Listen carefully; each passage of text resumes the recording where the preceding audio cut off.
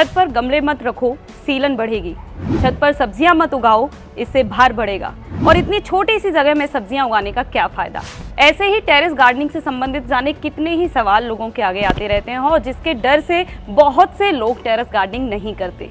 लेकिन आज हम आए हैं फरीदाबाद की मीनाक्षी गोयल जी के पास, जो लंबे समय से टेरेस गार्डनिंग कर रही हैं। और ख़ास बात है कि यहाँ पर ढेरों गमले रखे हैं और ढेरों उन्होंने सब्जियां उगा रखी हैं, लेकिन वो इसको किस तरीके से मेंटेन कर रही हैं जिससे उन्हें बिल्कुल भी छत खराब होने का खतरा नहीं है। तो आज ये सारी जानकारी हम उनसे लेंगे कि किस तरीके से हमें टेरेस गार्डनिंग मेंटेन करनी चाहिए। तो चलिए देरी ना करते हुए मिलते हैं मीनाक्षी गोयल जी से। इससे पहले यदि अभी तक आपने अपने YouTube चैनल यूनिक फार्मिंग को सब्सक्राइब नहीं किया है तो अभी सब्सक्राइब करें, साथ ही बेल आइकन भी दबाएं ताकि आगे आने वाली वीडियोस की नोटिफिकेशन आपको मिलती रहे।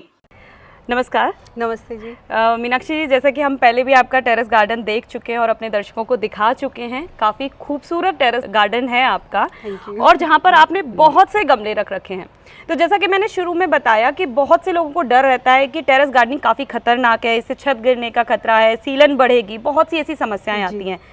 तो क्या आपको वो चीज़ का डर नहीं था? जब मैंने स्टार्टिंग की थी तो मुझे जो मेरे और मेरे हस्बैंड के दिमाग में था वो फर्स्ट क्वेश्चन यही था कि सीपेज की प्रॉब्लम ना हो या इतना ज़्यादा अगर हम वेट रखेंगे, क्योंकि आप देख रहे हैं कि मैंने बहुत ही ज़्यादा गमले लगाए हुए हैं, तो कहीं ऐसा ना हो कि इन फ्यूचर हमें फाइनेंशियली या कुछ ऐसी प्रॉब्लम्स का फेस करना पड़े। तो उसका सिंपल सॉल्यूशन जो मैंने बात की लोगों से, तो मुझे निकला कि अगर आप अपने गमले कॉलम्स पे, बीम्स पे रखते हैं, जो कॉलम बोलते हैं जो साइड्स में जो होते हैं जिन पे दीवार खड़ी होती है, तो वहाँ अगर आप अपने गमले या ग्रो बैग्स भारी भारी जितने भी ज़्यादा भारी जो है उनको आप साइड में रखिए। बहुत लाइट वेट जो छोटे मोटे गमले हैं वो आप बीच में भी मैनेज कर सकते हैं, तो उससे ना तो आपको कभी वेट की प्रॉब्लम तो नहीं आएगी। दूसरा, आपने पूछा कि सीपेज की प्रॉब्लम आती है, तो सीपेज के लिए आप फॉर सेफ्टी रीज़न मैं यूज़ करती हूँ स्टैंड्स। मैंने कई तरीके के स्टैंड्स जैसे देखते हुए कि थोड़ा इन्वेस्ट भी किया है, थोड़ा पैसा भी बचाया है, आप देखेंगे कि मेरे पास लोहे के स्टैंड्स भी हैं। मैंने यूज़ किए हैं पटिया, पत्थर जो लंबे होते हैं वो भी एज अ ईंट लगा के यूज़ किया है। तो उससे क्या होता है, जब कांटेक्ट में नहीं आता है ना गमला आपके छत पे, तो वहाँ कोई सीलन नहीं होती, धूप से सब कुछ सूख जाता है, तो कोई सीलन नहीं होती, आराम से झाड़ू सफाई भी बहुत अच्छे से हो जाती है और सुंदर भी लगता है और सेफ भी रहता है। यानी सीधे गमले छत पर नहीं रखने हैं। जी, मेरा मानना है। ये आप देखेंगे तो ये मैंने देखिए बड़े बड़े ग्रो बैग्स रखे हुए हैं। तो पहली चीज़ स्टैंड की अगर हम बात करें तो ये देखिए मैंने ना पटिया जो होती हैं, जो हमारे कंस्ट्रक्शन में यूज़ होती हैं, वो लगाई हैं ईंट के साथ में। तो जब आप झाड़ू लगाएंगे तो झाड़ू अच्छे से लग जाएगी और डायरेक्ट कांटेक्ट ना होने की वजह से यहाँ सीपेज की प्रॉब्लम नहीं रहती है। दूसरा, ये जो है ये मेरे रूम का बीम है, जो मेरे घर में नीचे जो रूम है उसका बीम है, आपको दिख जाता है अलग से ही, क्योंकि उसमें जो कंस्ट्रक्शन के टाइम पे जब काम करते हैं तो अलग से ही उसमें पत्थर लगाए जाते हैं, या फिर आप देख भी सकते हैं अपने मैप के अकॉर्डिंग।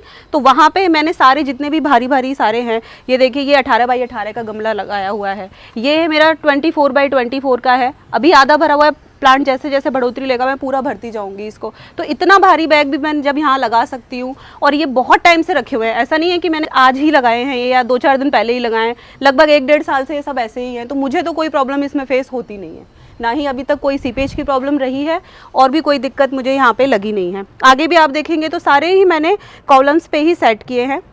दूसरा मैं आपको दिखाऊं, अगर आप अफोर्ड कर सकते हैं तो इस तरीके के स्टैंड भी आप यूज़ कर सकते हैं।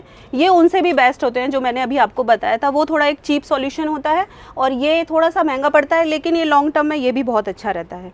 एक और चीज़ है जो मार्केट में ईजिली मिल जाती है, इनको ड्रेन मैट्स बोलते हैं। इसके साइज़ इसमें यही आता है, उसके बाद इसको बड़ा कर सकते हैं आप, चौड़ा भी कर सकते हैं। तो इस पे अगर आप गमले रखते हैं, अगर बालकनी में भी आप रख सकते हैं, तो इससे क्या होता है कि सीपेज की पानी नीचे से ड्रेन आउट हो जाता है और धूप की वजह से फिर सूख जाता है, तो वो जो सीलन वाली जो प्रॉब्लम है ना वो कहीं हद तक सॉल्व इसमें हो सकती है।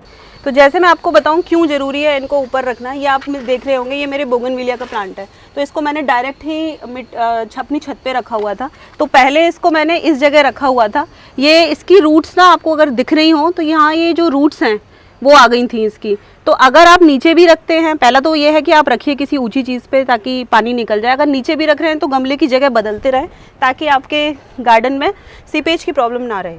ठीक है। अच्छा मीनाक्षी जी, मैं ये भी जानना चाहूँगी कि जैसे हम गमले में भी पौधे लगाते हैं और ग्रो बैग्स का भी आजकल बहुत अच्छा चलन है, तो ग्रो बैग्स फ़ायदेमंद है टेरेस पर? मेरा मानना है कि ग्रो बैग्स का जो साइज़ होता है और जो रूट्स के लिए जो साइज़ नीचे से मिलता है, उस हिसाब से मुझे पर्सनली ग्रो बैग्स ज़्यादा अच्छे लगते हैं क्योंकि उसमें फ्रूटिंग अच्छी मिलती है। दूसरा ये है कि वेट मैनेजमेंट हो जाता है। अब इसी वीडियो पे कई लोग बोलेंगे कि खाली गमले का ही वेट होता है, मिट्टी का नहीं होता, लेकिन जिन चीज़ों में हम वेट मैनेजमेंट कर सकते हैं उसमें हमें वेट मैनेज करना चाहिए। जैसे ग्रो बैग्स जब मैंने इतने सारे लगाए हुए हैं, अगर मैं यहीं पे कोई बड़ा सीमेंट का गमला रखती हूँ या मिट्टी का गमला रखती हूँ तो बहुत ज़्यादा वेट हो जाएगा।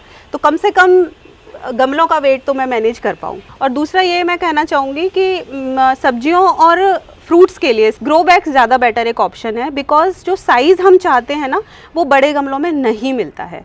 अगर हम प्लास्टिक के गमले यूज़ करते हैं तो बहुत ही ज़्यादा कॉस्टली पड़ जाते हैं, ग्रो बैग से भी बहुत ज़्यादा कॉस्टली पड़ जाते हैं। और दिक्कत तो वही रहती है, कई लोग बोलते हैं कि मूव करने में प्रॉब्लम होती है। तो बड़े गमलों को हर किसी टाइप के जो गमले होंगे, चाहे सीमेंट का लीजिए चाहे प्लास्टिक का, अगर आप इतना बड़ा प्लांटर ले रहे हैं तो मूव करना उसको मुश्किल होता ही होता है। तो मेरे लिए ग्रो बैग ज़्यादा मैंने इजी पाए हैं। एक दूसरी चीज़ मैं बोलना चाहूँगी कि एक बार ये ज़रूर पता, अगर आपका अपना घर है तो आपको पहले से ही पता होगा कि किस तरीके से कितनी मजबूती से वो घर बना हुआ है। लेकिन अगर आपका अपना नहीं है, आपने ख़रीदा है किसी और से, तो एक बार ये ज़रूर पता कर लें, कंसल्ट अगर आप कर सकते हैं किसी से करने से पहले, अगर इतने बड़े एरिया में अगर आपको गार्डनिंग करनी है, कि वहाँ पर हम किस एरिया में वेट रख सकते हैं, किसी में नहीं। क्योंकि मेरे गार्डन पर विजिबल वेट है, कई बार ऐसा होता है कि विजिबल किसी के गार्डन में वेट नहीं होता है, तो उसको एक बार अपने माइंड में रखें तो ज़्यादा बेटर होगा। एक चीज़ और है मैम कि जैसे जो नॉर्मल गार्डनिंग होती है जो हम नीचे अपने एरिया में करते हैं, तो उसकी मिट्टी जिस तरीके से होती है, क्या उसी तरीके की मिट्टी आप यहाँ पे अपने टेरेस गार्डन में यूज़ करती हैं? नहीं, जब हम गार्डन में, एक ये आपने बहुत अच्छा क्वेश्चन पूछा है, क्योंकि ये क्वेश्चन ना मेरे से बहुत लोग करते हैं। हमने अमरूद उगाए, अब हमें पहली हार्वेस्ट जो मिली पहले साल में, हमें 4 अमरूद मिले। साइज़ ऐसा था हाफ के जी 1 अमरूद, बट वो 4 थे। तो लोग कहते हैं 4 अमरूद उगाने से क्या ही हो रखा है। और जब मिट्टी में उगते हैं उसके यहाँ तो इतना बड़ा हो गया, इतने सारे हो गए। तो उसमें क्या होता है, मिट्टी नॉर्मल मिट्टी है ना, तो हमने उसमें खाद डाला हुआ है, वो ज़मीन में है, जो न्यूट्रिशंस वैल्यू जो वो ले रहा है पौधा, उसकी जड़ें जितनी गहरी जाएंगी वो उतना ही अच्छे से न्यूट्रिशन ले लेता है। लेकिन जब हम गमले में गार्डनिंग करते हैं ना, तो एक छोटा सा गमला होता है, उसी में हमें न्यूट्रिशन प्रोवाइड कराना होता है। तो उसके लिए हमें ऐड करना पड़ता है, क्योंकि उसकी जड़ें गहरी नहीं जा सकती हैं, आपका टेरेस तोड़ के नीचे नहीं जा सकती हैं, तो वो हमें प्रोवाइड कराना पड़ता है। टाइम टू टाइम अगर आप न्यूट्रिशन नहीं देंगे तो फ्रूटिंग अच्छी नहीं होगी, पौधा हेल्दी नहीं होगा।